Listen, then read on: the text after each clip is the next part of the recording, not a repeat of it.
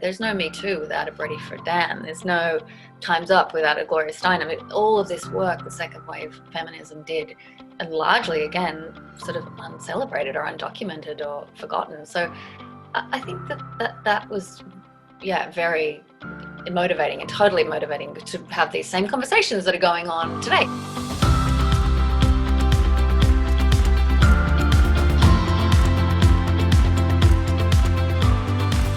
What was that experience like when Davi came to you and was like, hey, be Gloria Steinem? What was that? What went through your head in that moment? Initially, like, what is this show? And I didn't know anything about Phyllis Schlafly, Cate Blanchett's character, and I thought I knew a little bit about the second wave feminism, but really I didn't know nearly enough. And I knew the broad strokes about Gloria, but I was very intimidated. I was like, how can I possibly play Gloria Steinem? She's obviously still so active and has such a presence and continued legacy. So it was very intimidating, but the project as a whole was just so enticing and, really telling this chapter of history that's largely forgotten. And it's such a great point of entry because it's through Phyllis's eyes and through both sides of the movement, but particularly Phyllis. So it was the sum of all the parts that I just couldn't refuse, even though I was very nervous. How long did you have to prepare that character? How did that go? Like, what was the studying process like? And how did you start, and how did it kind of evolve over time? There's so much information about Gloria, and obviously all of her own writing, and then all of the archival access to getting that, to interviews and then footage of her. So Davi, really, she was great. She sent me a package of things to begin with, and so I sort of went from there. But there were so many things, and just trying to get details that we could bring to life about her, and obviously lift it beyond just a caricature of Gloria, but to try to give her texture and breadth and complexity and all those sorts of things. But it was very fun, but very intimidating. What was the process of creating her literal image? Like, how long was spent finding the right wig, finding the right frame? Well, the silhouette obviously was so important to recreate correctly because it's just so definitive and defining of her and instantly recognizable.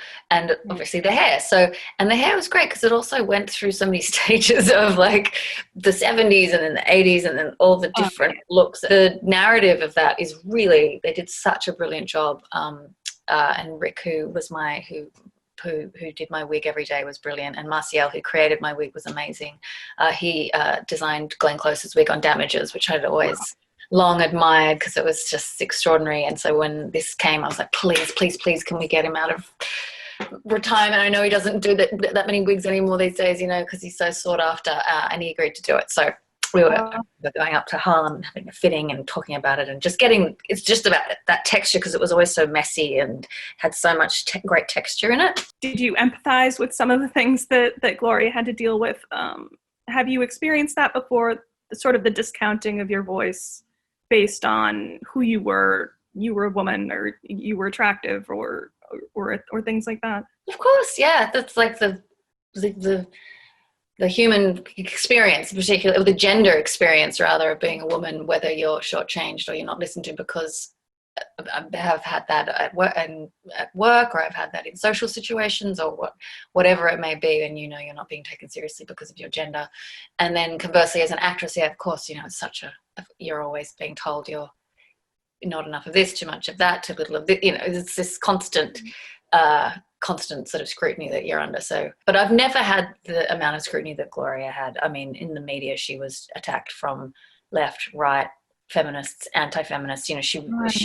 She was really in the crossfires for a lot of those years. And there's a real, strength to her under her quiet calm and her unflappability and her serene manner. There is such a strength and such a force of nature.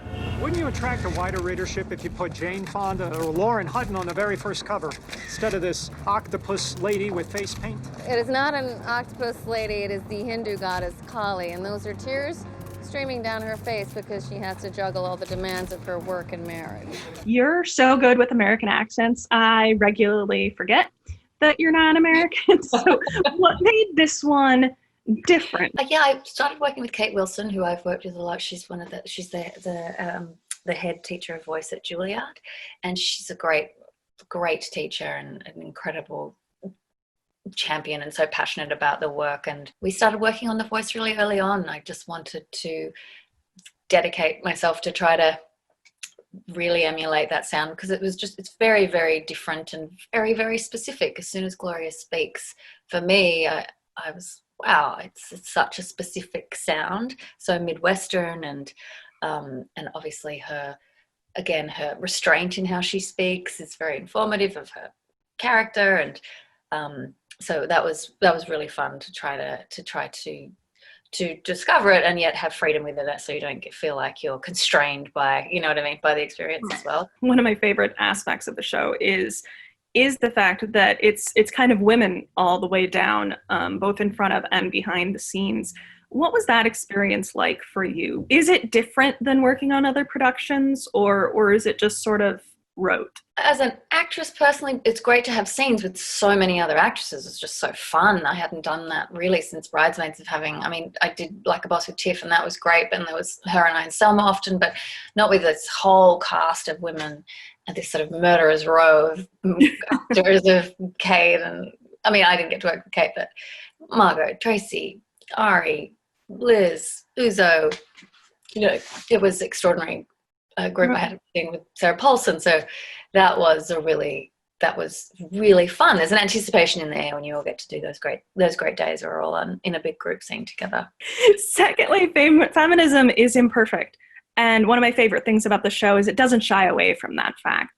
How do you think the show handled issues of intersectionality and the ideas that not everyone's voice was necessarily equal at that time? I think it was really important. Garvey always wanted to show the successes and failures of the movement and both sides of the movement, and they didn't have a way to articulate that yet. They didn't have a dialogue, a language around intersectionality, which is explored a lot with the Margaret Sloan character and Gloria's character, and sort of tokenism in the workplace, and how they would never see themselves doing that, you know, at Ms. Magazine, but yet it's sort of, it was there, unfortunately. And so it's very important that we show all sides of it. You know, no one wants to make a puff piece where everyone's just standing on a soapbox and there's no flaws, you know.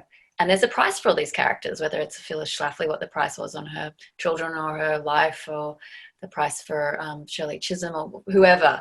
And I think the show tries hard to depict all of that. Have you seen any improvements as far as equality goes, on sets, behind scenes, anything like that? I think there's still a ways to go. I think there's still strides to be made, and we have to keep moving forward. I think there have been. I've seen definitely a lean toward trying to activate more female voices, whether it's with writers or shows being greenlit, or showrunners finally getting a chance to make the baby they've had in their drawer for years, or whatever it may be. But there's still a long way to go, I think, for sure. In terms of directors, they're still the percentages are so low for female directors, for African American directors, you know, all those sorts of numbers are pretty frightening still. So it's just about continuing to change, move forward, evolve, and just dedicate to try to get all the sort of different voices out there.